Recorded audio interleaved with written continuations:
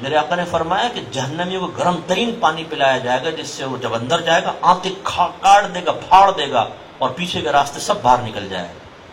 پھر جب یہ تکلیف اذیت پھر ایک دم ٹھیک ہو جائے گا، پھر یہ ہوگا، پھر ٹھیک ہو جائے گا۔ اب آپ غور کریں، ایک روایت میں سرکار نے فرمایا کہ ان کو لوہے کی بالٹیوں میں کھولتا ہوا پانی دیا جائے گا۔ جب انہیں سخت پیاس لگے گی نا، کہیں گے اللہ تعالیٰ پانی دے، دیا جائے گا۔ جب اس کو اٹھائیں گے، قریب کریں گے تو چہرہ بھن جائے گا، سرکار فرماتے ہیں، اور چہرے کی کھال نیچے گر جائے گی۔ لیکن وہ پھر بھی پیاس اتنی شدید ہوگی، اور قریب کرے گا تو فرماتے ہیں کہ پھر اس کے اوپر کا ہونٹ سوج کر نصف سر تک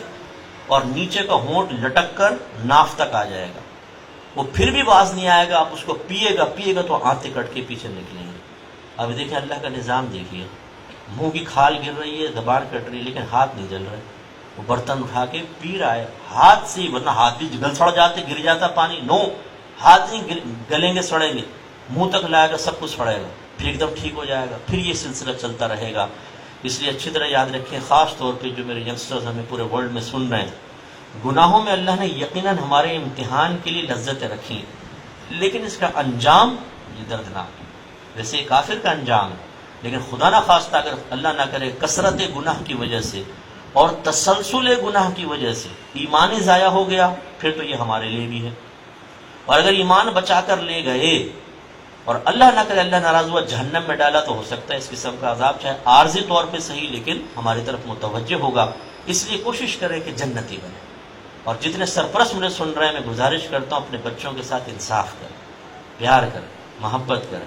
ان کے 60-70 سال کی فیوچر کو نہ دیکھیں، بلکہ اس کے بعد کی فیوچر پہ بھی نگاہ رکھیں، انہیں جنتی بنائیں،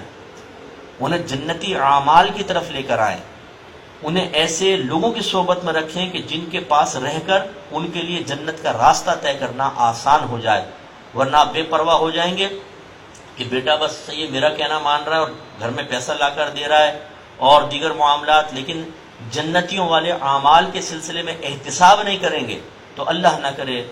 وہ اولاد میدان محشر میں ہو سکتا ہے ہماری طرف سوالیہ نگاہوں سے دیکھتے ہوئے کہہ رہی ہو